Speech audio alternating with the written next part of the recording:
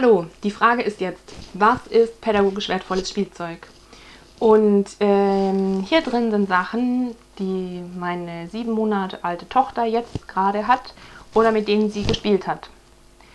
Und dann kommt ja noch die Frage, ab wann braucht ein Baby eigentlich Spielsachen? Ich bin da total froh, dass ich ein Video von Evelyn Podobrin gesehen habe, was ich unten verlinken werde. Und die meint nämlich, die ersten Monate braucht ein Baby keine Spielsachen. Und ich dachte schon, oh, wie gemein. Jetzt sagt die einfach, man gibt dem keine Spielsachen. Und dann ist mir das später erst klar geworden. Und vor allem, wenn man sein Baby dann beobachtet, dass es ja am Anfang noch gar nicht spielen kann. Das hat zwar einen Greifreflex, aber da finde ich, reicht es, wenn es deinen Finger greift und sich an dir festhält. Weil es weiß ja noch gar nicht, dass die Händchen eigentlich die Händchen sind. Das tut es ja erst entdecken durch die unwillkürlichen Bewegungen, dass da überhaupt sowas vorbeisaust, was die eigene Hand ist. Dann wird das Fäustchen angeguckt. Es ist auch wunderschön, da wirklich das zu beobachten. Was macht mein Baby eigentlich gerade? Und dann entdeckt es ja erst, ach, das ist meine Hand. Dann wird die in den Mund genommen und dadurch ja auch erst gefühlt und ertastet, oh, das ist ja meine. Und aus meiner Logik raus, was will das vorher Spielzeug haben, bevor es nicht diese Hand für sich gefunden hat und sein Körperchen, also seine Hände wirklich entdeckt hat. Und das kann man nämlich ganz gut beobachten, wann das Kind bereit ist, von selber zu greifen, weil es dann das auch machen wird.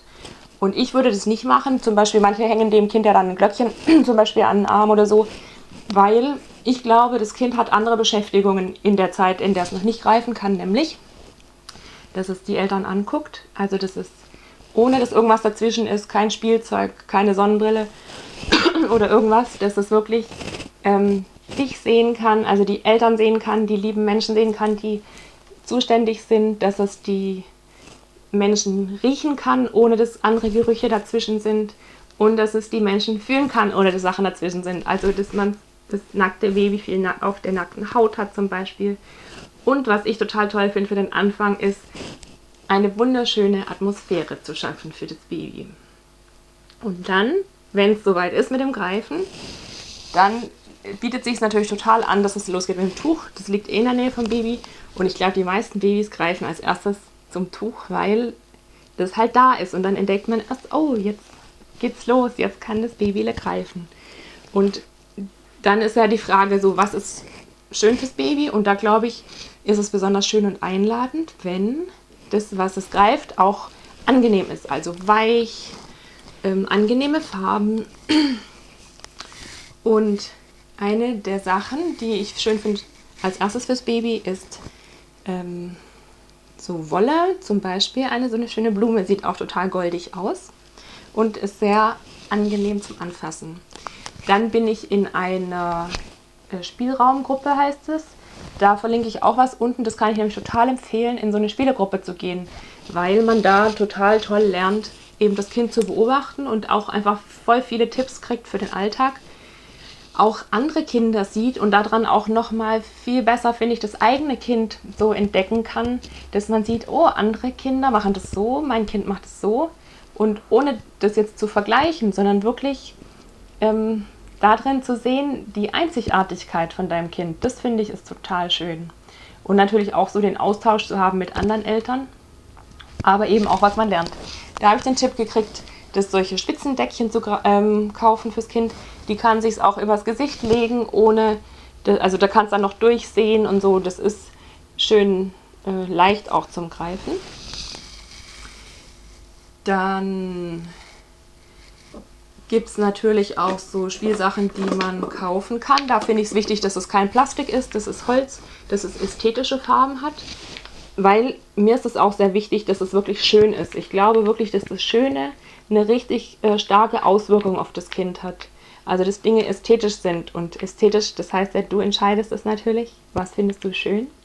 Dass es auch hochwertig ist, ohne Chemie. Da verlinke ich auch ein paar Online-Shops, wo man das kaufen kann.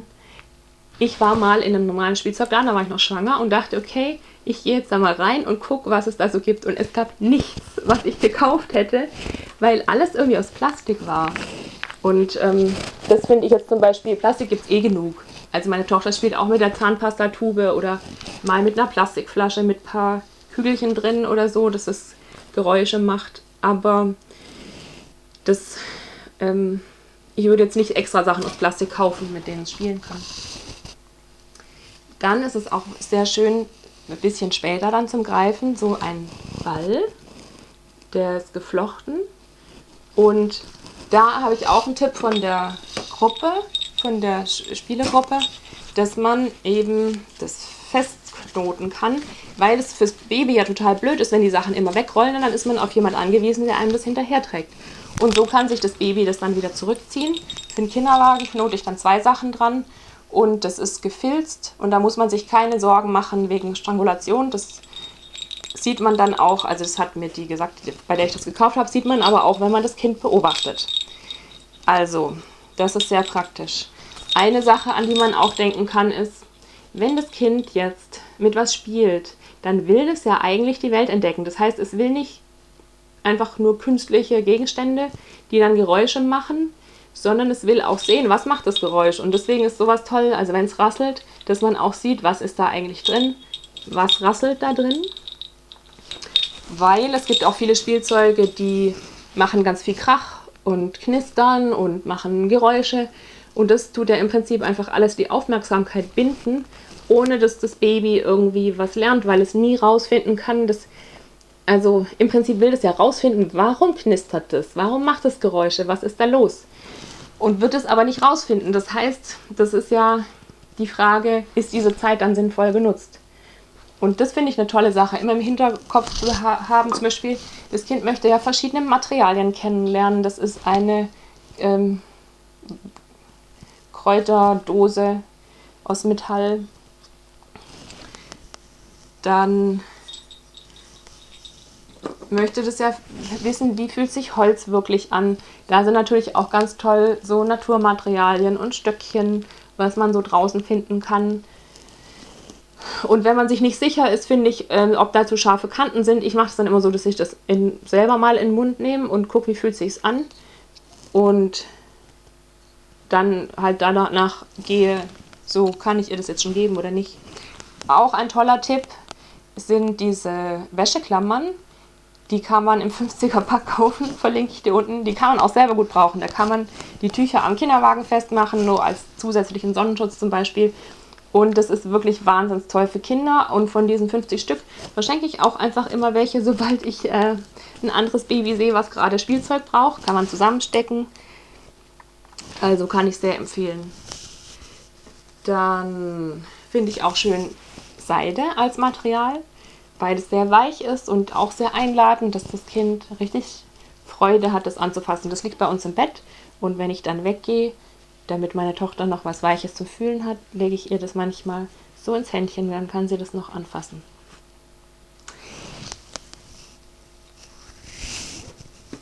Genau, also so Püppchen finde ich toll, wo jetzt nur das Gesicht angedeutet ist, man sieht es nicht richtig, aber es sind so also draufgenäht. Was ich jetzt meiner Tochter nicht geben würde, wären Stofftiere oder Puppen in dem Alter. Das finde ich ist was für später.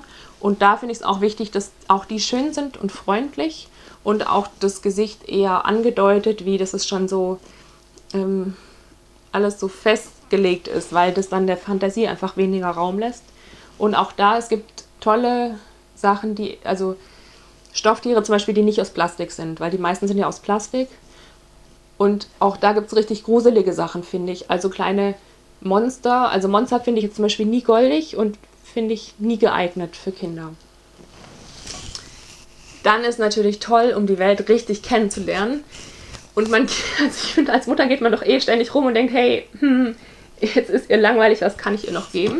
Und da kann man natürlich in die Küche. Einmal habe ich hier so einen Cappuccino oder Kaffeebecher. Der Deckel, der ist auch toll zum Spielen. Dann alles, was man so in der Küche findet, ist super zum Spielen. Die ganzen Kochutensilien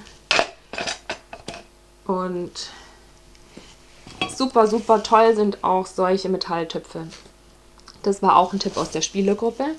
Die gibt es ja auch noch in kleiner. Die sind so vielfältig, machen Geräusche. Man sieht, also es ist total spannend vom Licht her. Es ist schön kühl zum dran rum lutschen. Meine Mutter hat mir noch beigebracht, dass man ein Kind nie stören soll, wenn es spielt. Und nie unterbrechen. Und das finde ich auch, da achte ich auch immer drauf, was es auch gibt bei meiner Tochter, dass die so versunken spielt, dass wenn ich näher komme, dass ich dann auch sage, ey, ich komme jetzt wieder, dass sie sich nicht erschrickt, weil sie so tief im Spiel versunken ist. Und das ist ja auch schön. In der Zeit kann ich dann auch einfach was machen und sie muss nicht mal mich in Sehweite haben, da reicht ihr dann die Hörweite. Und diese Versunkenheit macht ja erst das richtige Erfahren möglich oder ist ja auch ein wahnsinnig schönes Lebensgefühl. Also darauf zu achten ist auch toll. Und was ich auch finde, wo man sich Gedanken machen kann, ist, was ist eigentlich, wenn mein Kind sich wehtut? Ich habe gelernt, kleine Gefahren zulassen, große Gefahren verhindern. Also der Löffel, das ist ja eine kleine Gefahr, sich damit zu hauen. Und es passiert halt dann auch. Und ich verkneife mir das dann, so Sachen zu sagen, die man manchmal im Reflex sagt, so, sei vorsichtig oder so. Weil wenn man sich jetzt reinfühlt in das Kind, das liegt da und hat den Löffel in der Hand und der doingst ihm an den Kopf, dann denkt es ja nicht, oh, das war ich jetzt muss ich vorsichtiger sein oder so. Sondern der Löffel hat ihm wehgetan, das weint und braucht jetzt Trost und Hilfe und nicht jemand, der dann so besorgt guckt und so, also das versteht ja den Inhalt nicht quasi, sondern sehr wie ein bisschen wie Motzen mit dem Kind sozusagen. Also deswegen finde ich da lieber Verständnis und sich immer wieder reinversetzen, wie ist das eigentlich gerade für das Kind, was das macht. Und das finde ich auch, was man in so einer Emmy Pickler Spielegruppe lernt, ist, glaube ich, so das Wichtigste, beobachten. Also, dass man einfach lernt, das Kind wirklich gut zu beobachten und das nicht bewerten, so nach dem Motto, was kann es schon und was nicht, sondern dass man beobachtet, was tut das Kind und auch sich da immer wieder reinzufühlen, wie ist das für das Kind, das gerade zu erleben. Weil eine Sache wäre ja zu sagen, hey, wenn mein Kind lächelt, ist es glücklich und dann ist alles toll. Und so ist es aber nicht. Also wenn das Kind zum Beispiel, also egal was man dem Kind gibt, das möchte ja immer diesen positiven Kontakt mit dir haben. Das wird dich immer, wenn es irgendwie kann, anstrahlen und dir positiv zugewandt sein. Und das heißt, du musst bestimmen, was für das Kind gut ist und musst es beschützen vor dem, was ihm schaden kann und auch was seiner Seele schaden kann. Genauso, wenn es einen Fernseher sieht, also das ist ja einfach bei jedem Mensch so und es ist auch schon beim Baby so. Wenn sich was bewegt, wenn was laut ist, wenn was grelle Farben hat, dann guckt man da automatisch hin. So ist die Wahrnehmung einfach eingestellt sozusagen. Und das heißt nicht, dass es jemand gut tut, sondern das heißt auch wieder da, die Wahrnehmung wird gebunden und die Frage ist, was ist mit dieser Zeit, die das Kind eben nicht dafür verwenden kann, sozusagen die Welt zu entdecken und anzufassen und so. Also, und auch da, wenn man sich reinfühlt, finde ich, kann man das immer wieder wahrnehmen. Und auch dieses sich Zeit nehmen, finde ich besonders toll. Also wirklich sich sagen, okay, das ist jetzt eine Priorität, das ist jetzt wichtig, dass ich immer wieder versuche, dem so innerlich näher zu kommen, um was geht es gerade meinem Kind, was ist für mein Kind dran. Und das finde ich ist auch eine wahnsinnig schöne, wertvolle Zeit, in der man so richtig das aufsaugen kann. Und auch, ich staune so, was so ein Baby alles, weiß nicht, wie soll man sagen, was es kann oder was es in sich für wie Instinkte hat. Also dem muss man wirklich nichts beibringen, dem muss man nur das richtige Umfeld zur Verfügung stellen und dann kann das die Welt wunderbar entdecken und man kann, finde ich, voller Freude einfach zugucken. Und dabei wünsche ich dir ganz viel Spaß.